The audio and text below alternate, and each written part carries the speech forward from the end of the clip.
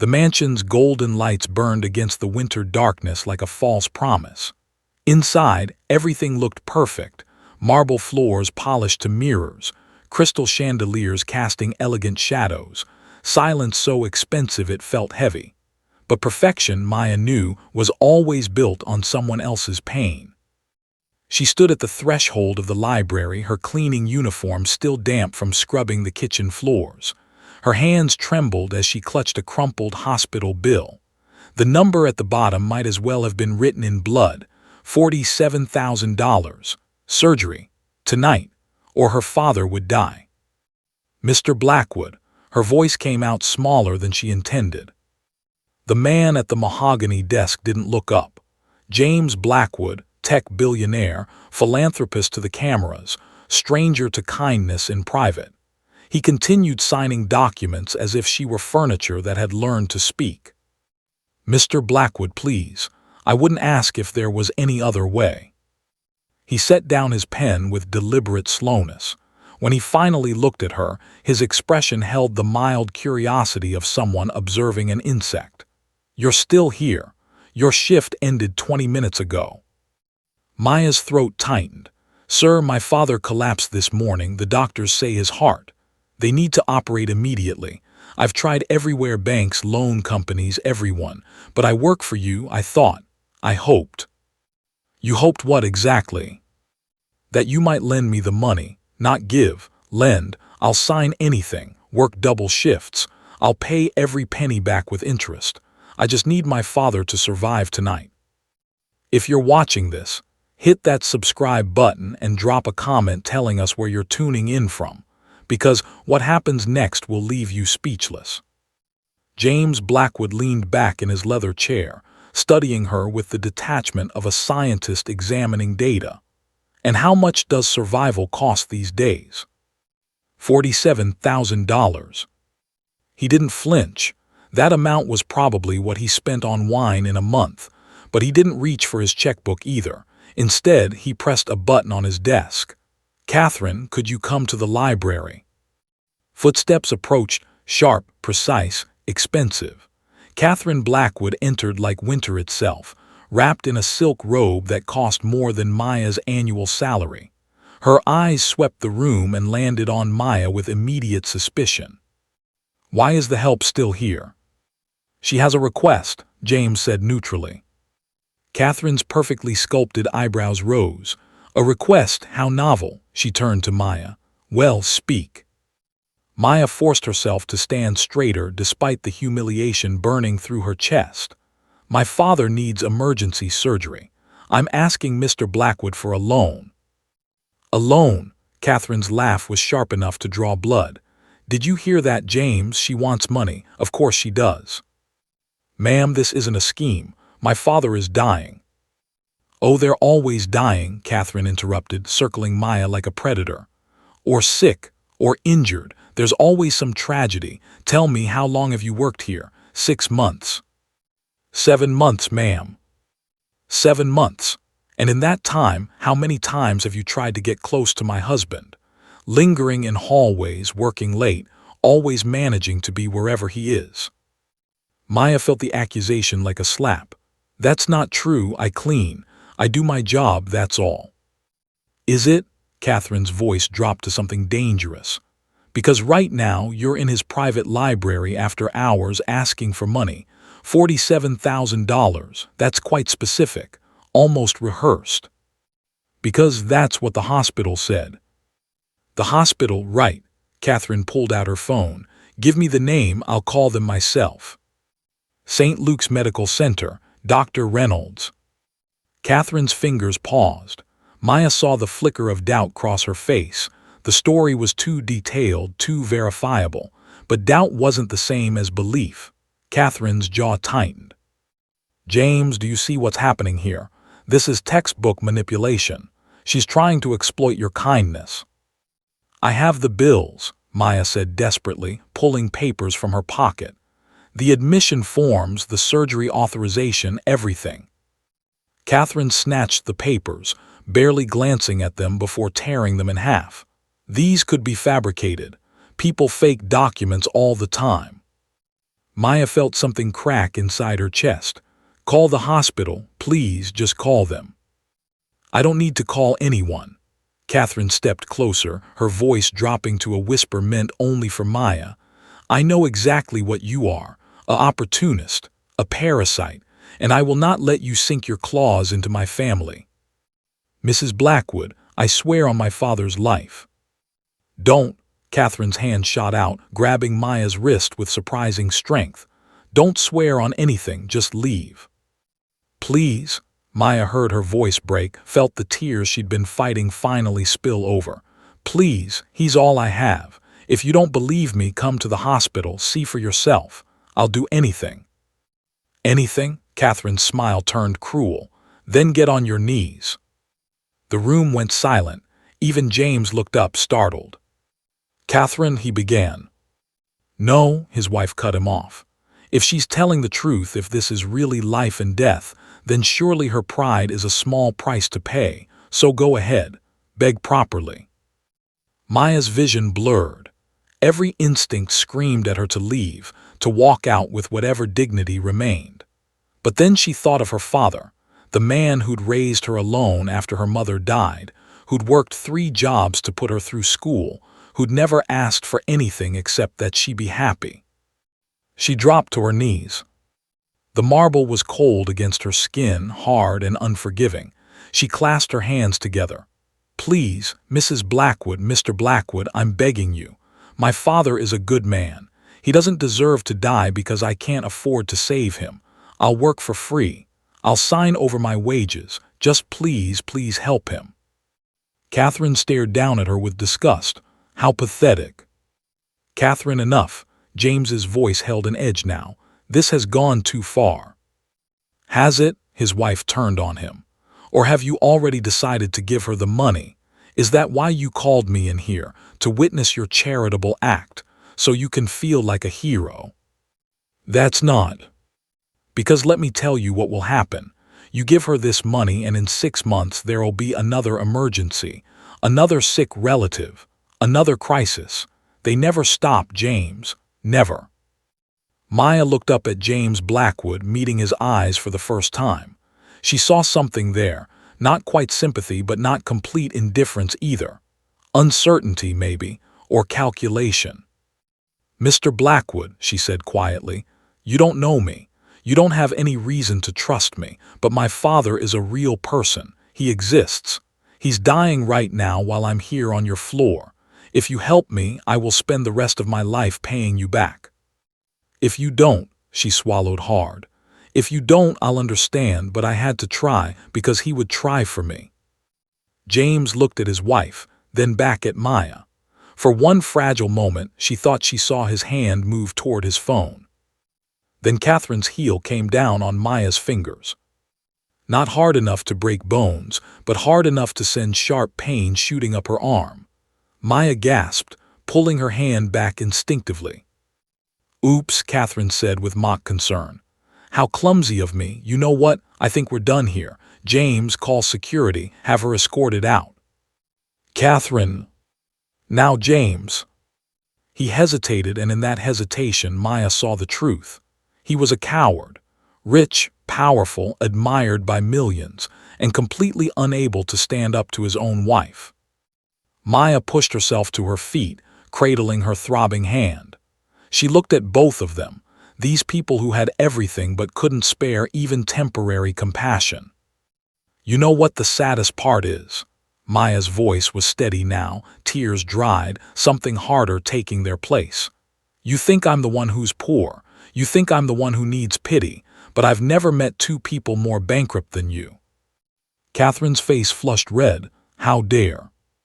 "My father taught me that wealth isn't counted in dollars. It's counted in what you do when someone needs help and you're the only one who can give it. By that measure, you're both destitute."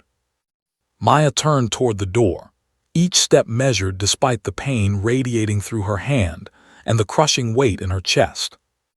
"If you step foot on this property again," Catherine called after her, "I'll have you arrested for trespassing." Maya didn't look back. "Don't worry, Mrs. Blackwood, I won't.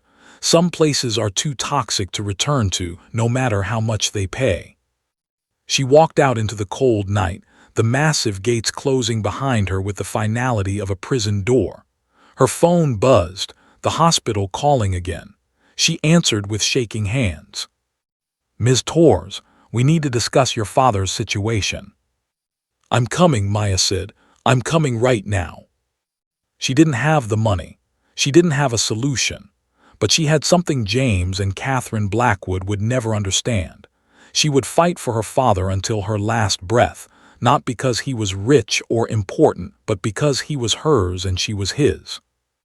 The gates behind her gleamed in the security lights, beautiful and hollow. Inside the mansion, James Blackwood sat in his library, staring at the torn papers on his desk. Catherine had stormed off to bed, but he remained, something nagging at the edge of his conscience. He picked up his phone and made a call. "St. Luke's Medical Center, how may I direct your call?" "Patient information, the name is Torres." There was a pause, the clicking of keys. "We have a Miguel Torres admitted this evening. Are you family?" James ended the call. His hand hovered over his phone for a long moment before he finally stood, grabbed his coat, and walked out into the night. The hospital waiting room smelled like industrial cleaner and anxiety. Maya sat in a plastic chair, her injured hand wrapped in a makeshift bandage from the gas station bathroom. Around her, other people waited, for news, for miracles, for mourning. The fluorescent lights hummed overhead, harsh and unforgiving. Her father had been in surgery for 2 hours. The doctors had agreed to proceed with a payment plan that would take her 15 years to clear, but at least he was alive. For now. Maya stared at her phone, rereading the cruel text message Catherine had sent. "You think one night of begging earned you anything? You're nothing. Remember that." She was about to block the number when the waiting room doors opened. A man walked in wearing an expensive coat over casual clothes, looking completely out of place among the exhausted families and worried patients. James Blackwood. Maya stood slowly, unsure if she was hallucinating from exhaustion. "What are you doing here?" He approached carefully, like someone approaching a wounded animal. "I called the hospital. After you left, they confirmed everything." "So you finally decided to believe me?" The bitterness in her voice surprised even her. "I had them check. Your father, Miguel Torres, 58, cardiac arrest, emergency bypass surgery. It's all real." "Of course it's real." Maya's laugh was hollow.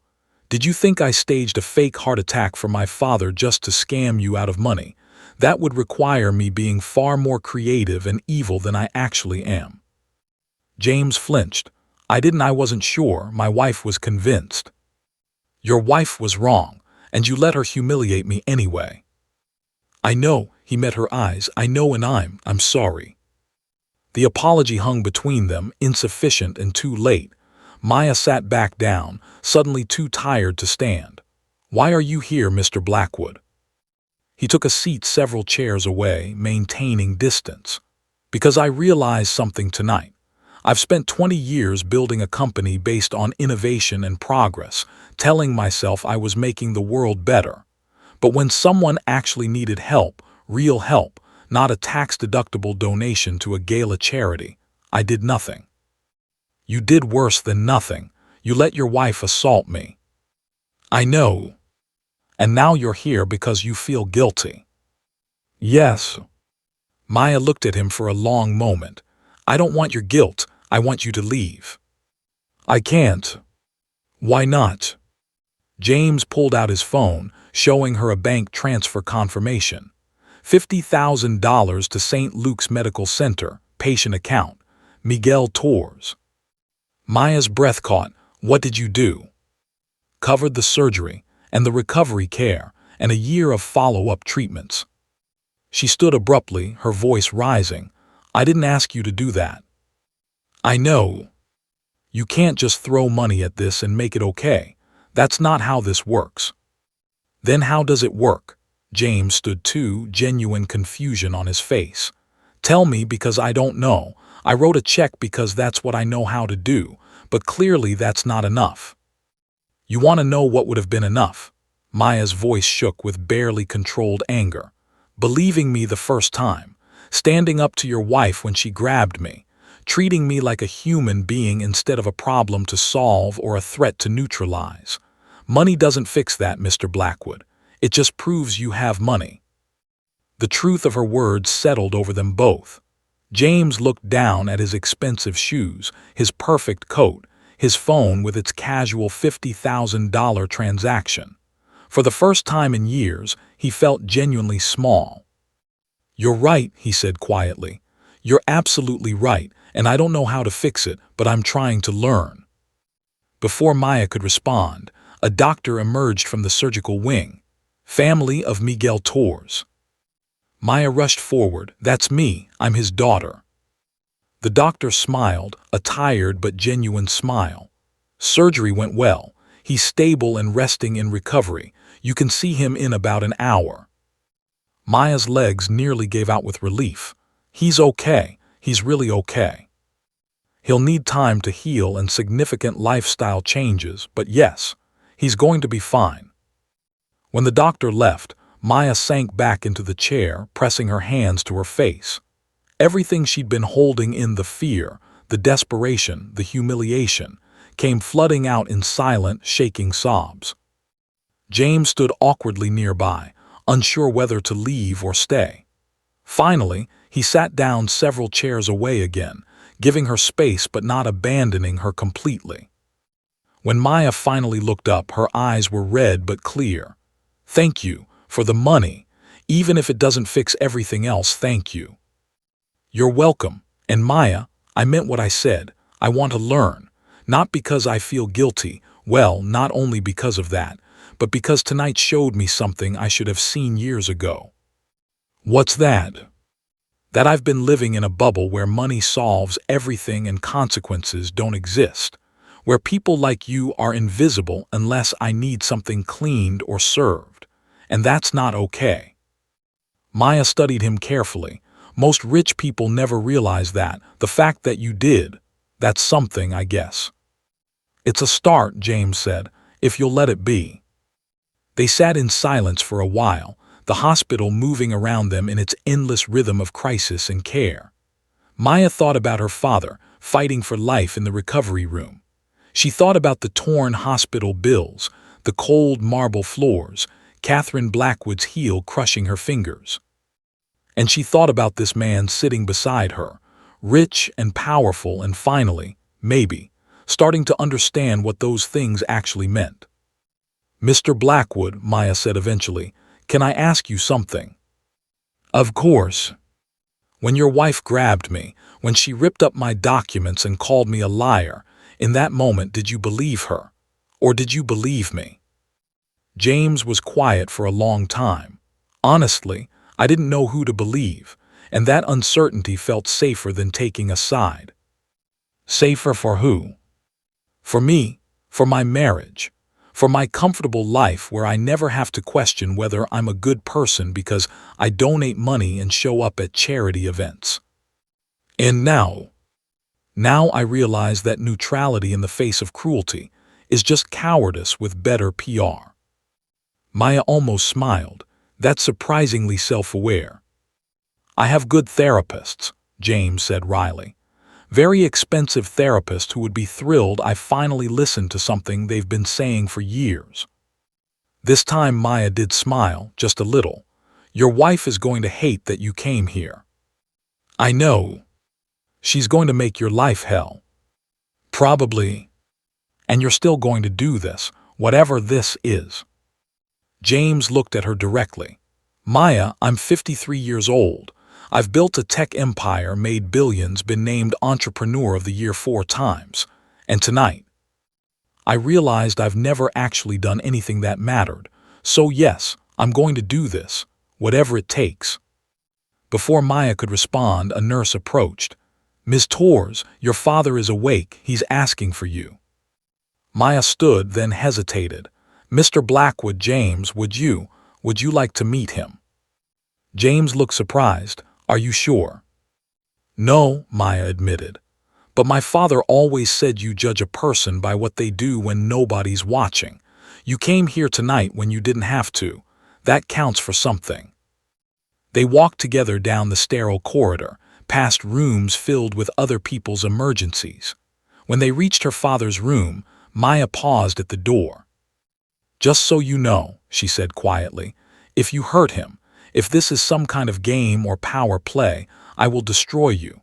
I don't have money or influence, but I will dedicate my life to making sure the world knows exactly who James Blackwood really is. Understood? James met her fierce gaze. Understood, and Maya, I hope you never have to make good on that threat, but I'm glad you made it anyway.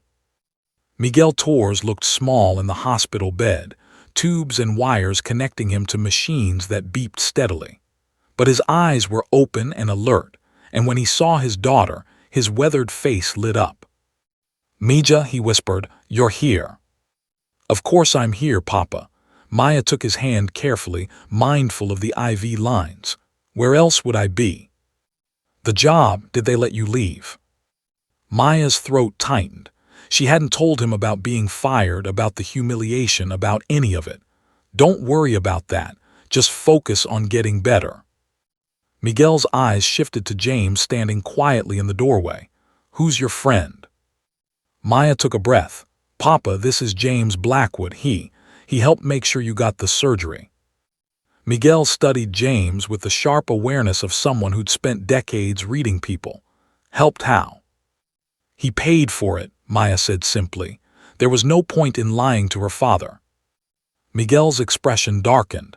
Mija, we don't take charity. It's not charity, Papa. It's a loan. I'll pay it back. A loan with what interest? What terms? Miguel's voice was weak but firm. He looked at James. What do you want from my daughter, Mr. Blackwood? James stepped forward, surprising them both.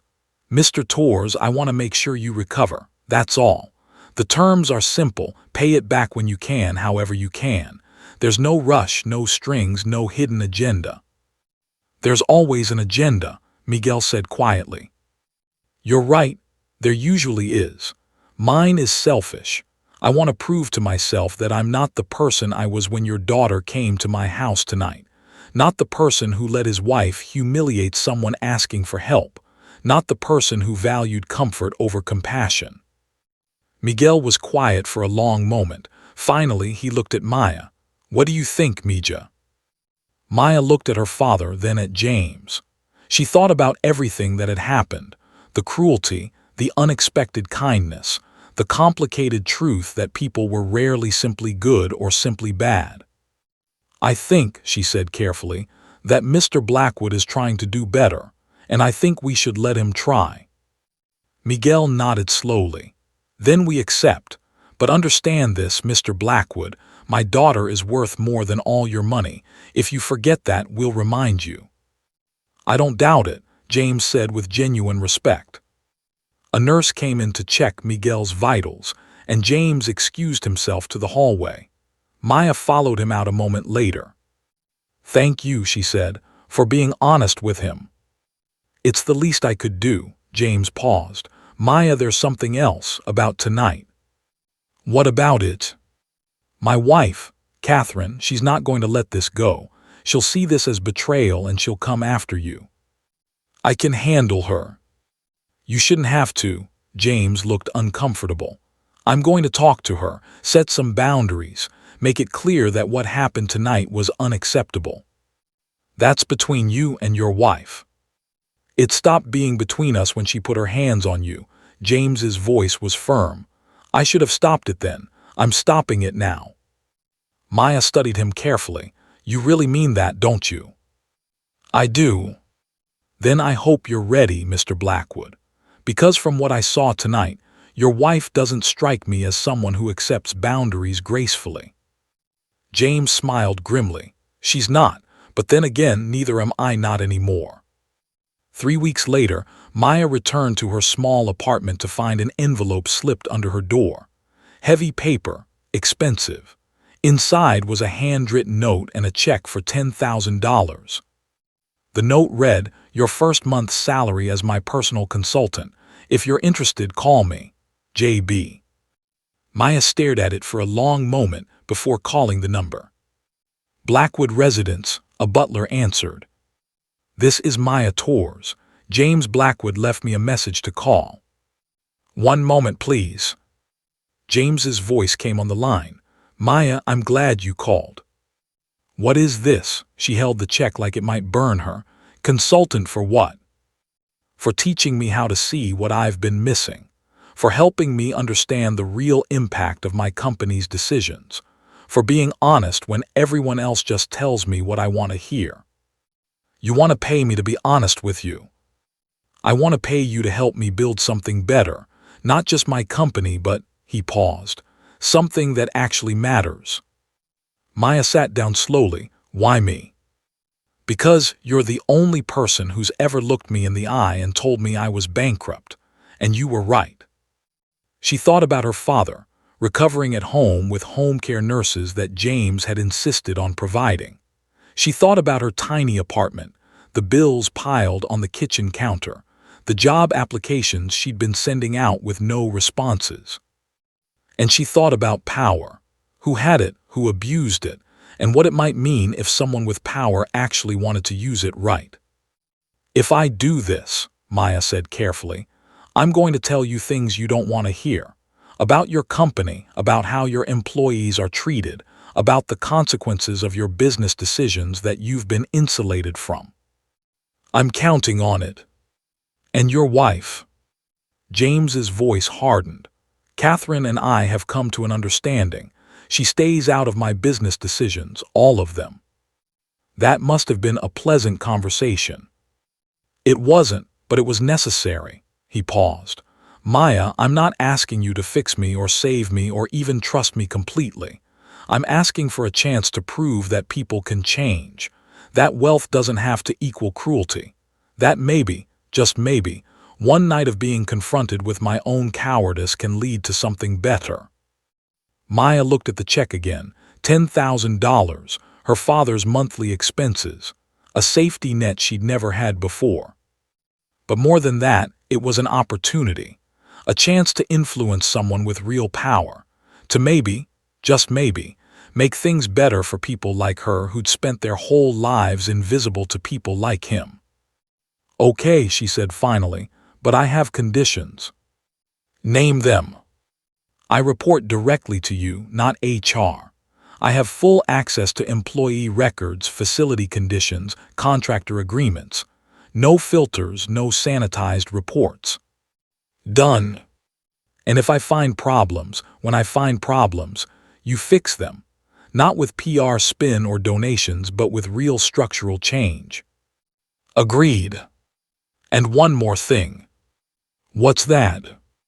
You apologize to every person who saw what your wife did to me that night. Every security guard, every staff member, every person who witnessed my humiliation and said nothing because they were afraid of losing their jobs. There was a long silence. That's a lot of people. I know, and they all deserve to hear that what happened was wrong. That silence in the face of abuse isn't loyalty, it's complicity. Can you do that? Another pause, then. Yes, I can do that and I will. Maya felt something shift in her chest. Not trust, not yet, but possibility. Then I'll see you Monday morning, 9 a.m. sharp. I'll be ready. As Maya hung up, she looked around her small apartment. The water-stained ceiling, the radiator that clanked all night, the windows that rattled in the wind. This place had been her prison of circumstances, but maybe, just maybe, it was about to become a launching pad. Her father called out from the bedroom, Mija, who was that? Maya walked in, settling into the chair beside his bed. It was James Blackwood. He offered me a job. Miguel's eyebrows rose. Did you take it? I did, but on my terms. Her father smiled, that proud, knowing smile she'd seen her whole life. That's my girl. Just remember something, okay? What's that, Papa? Power doesn't change people. It just reveals who they already were. You've always been strong, Mija. Now you just have a bigger stage to show it." Maya squeezed his hand gently. "And what if I fail? What if this whole thing is a disaster?" "Then you fail learning something new. That's still better than succeeding at staying small." Monday morning arrived cold and clear. Maya stood outside Blackwood Technologies' headquarters, a glass and steel monument to success. She'd walked past this building hundreds of times, always invisible, always just another face in the crowd. Not anymore. The lobby receptionist looked up with practiced politeness. "Good morning, how can I help you?" "Maya Tours. I have a 9 a.m. meeting with James Blackwood." The receptionist's eyes widened slightly. "Of course, Ms. Tours, Mr. Blackwood is expecting you. 23rd floor, executive suite." The elevator ride felt eternal. Maya caught her reflection in the polished steel doors, wearing her best professional clothes, hair pulled back, shoulders straight despite the nervous tremor in her hands. When the doors opened, James was waiting in the reception area personally. Behind him stood Catherine, her expression ice cold. "Maya," James said warmly, "welcome." Catherine said nothing, but her eyes promised murder. "I wasn't expecting a welcoming committee," Maya said carefully. "My wife wanted to meet you," James said, his tone neutral but firm. "Catherine, this is Maya Tours, our new Director of Social Impact and Employee Welfare." "Director?" Catherine's voice could have frozen fire. "How generous of you to create such a position." "It's overdue," James replied evenly. "Maya will have full authority to investigate and improve working conditions across all our facilities." Catherine's smile was sharp. "How lovely, I'm sure she'll be very thorough." The tension between them was suffocating.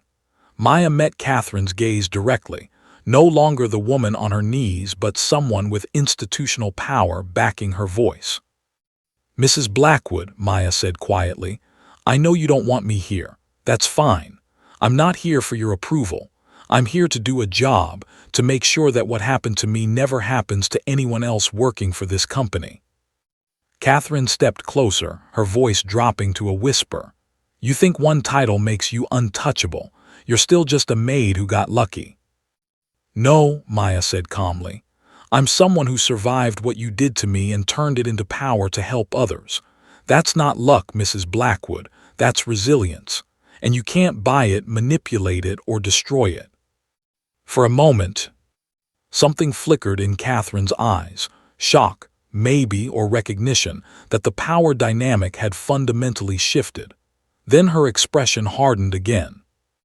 "We'll see how long this little experiment lasts," Catherine said before walking away, heels clicking against marble like gunshots. James let out a slow breath. "I apologize for that." "Don't," Maya said. "She has every right to hate me, but she doesn't have the right to stop me from doing this job." "Agreed," James gestured toward his office. "Shall we begin?" Over the next 3 months, Maya transformed how Blackwood Technologies operated. She interviewed hundreds of employees, janitors, security guards, administrative assistants, everyone who kept the company running but remained invisible to executive leadership. She uncovered safety violations in overseas manufacturing facilities, discriminatory practices in hearing, contractors paying below minimum wage. She documented everything meticulously and presented it to James in reports that made him visibly uncomfortable. "This is bad," he said after reading her third report. "This is really bad." "I know, that's why we're fixing it." And they did. Slowly, painfully, but genuinely. James terminated contracts with abusive vendors, implemented new safety protocols, created pathways for promotion from within. It cost millions, drew shareholder complaints, made headlines. But it also changed lives.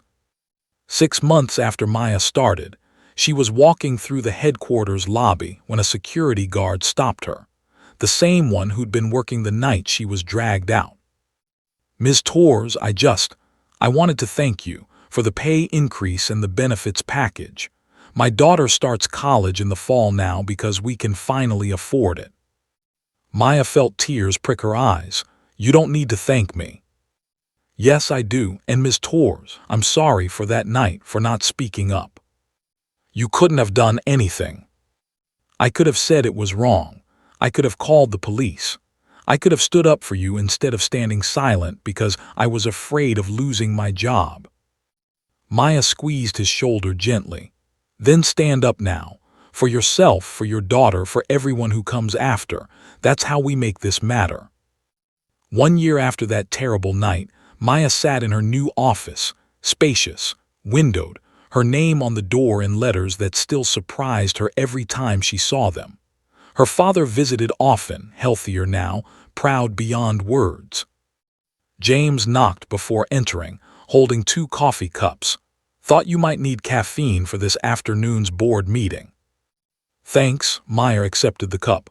"How bad is it going to be?" "Rough. Some board members want you gone. They think social responsibility is expensive virtue signaling. And you? I think it's the only reason this company will matter in 20 years. He sat down across from her. "Maya, can I ask you something?" "Of course." "That night when you were on your knees on my floor, did you ever imagine this? Being here doing this?" Maya considered the question carefully. "No, I imagined surviving the night, getting through the next day, maybe making rent that month. I never imagined power because I didn't think it was for people like me. And now I know better. Power isn't given, it's taken. Not violently, not cruelly, but firmly. By being excellent when they expect you to be mediocre.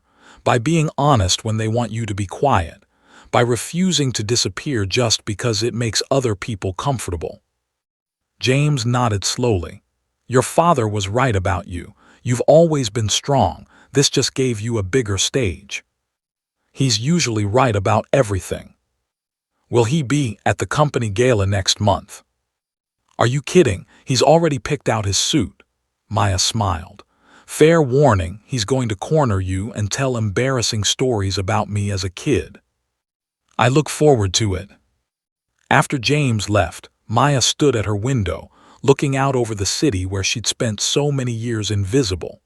Somewhere down there, someone else was probably on their knees right now, begging someone powerful to see their humanity. She couldn't save everyone, but she could make sure that within these walls, within her sphere of influence, dignity wasn't negotiable. Her phone buzzed, a text from her father, "Proud of you, Mija," every single day. Maya smiled, tears blurring her vision. She thought about that horrible night, the cold marble, the torn papers, the humiliation she'd thought would destroy her. Instead, it had transformed her, not because suffering was noble, it wasn't, but because she'd refused to let cruelty define her. She'd taken the worst moment of her life and turned it into purpose. If this story moved you, drop a like and tell us in the comments what you think about Maya's journey. Because stories like this need to be shared. They remind us that dignity isn't a privilege. It's a right. And sometimes, the people who try to take it from us end up teaching us just how strong we really are. The city lights sparkled below like stars that had fallen to earth in. Learn to glow differently, not pure, not perfect, but bright enough to see by. Maya touched the window glass, her reflection overlaying the cityscape, and whispered to the woman she'd been a year ago. "You survived, and more than that, you mattered. You always mattered." Because in the end, that's what power really means. Not the ability to hurt people, but the ability to help them. Not the right to demand respect, but the responsibility to give it. Maya Torres learned that lesson on the hardest night of her life. And James Blackwood learned it by finally opening his eyes to see what had been in front of him all along. That wealth means nothing if it's built on the broken backs of people you refuse to see. In a world that often mistakes cruelty for strength and silence for peace, remember Maya's story. Remember that every person you meet carries a universe of struggle and strength you can't see. Treat them accordingly. Honor them appropriately. Because the next time you see someone on their knees, begging for basic human compassion, you have a choice. You can be Catherine Blackwood, crushing them beneath your heel. Or you can be what James Blackwood finally became, someone who understands that lifting others up doesn't diminish you. It defines you. Choose wisely. The world is watching.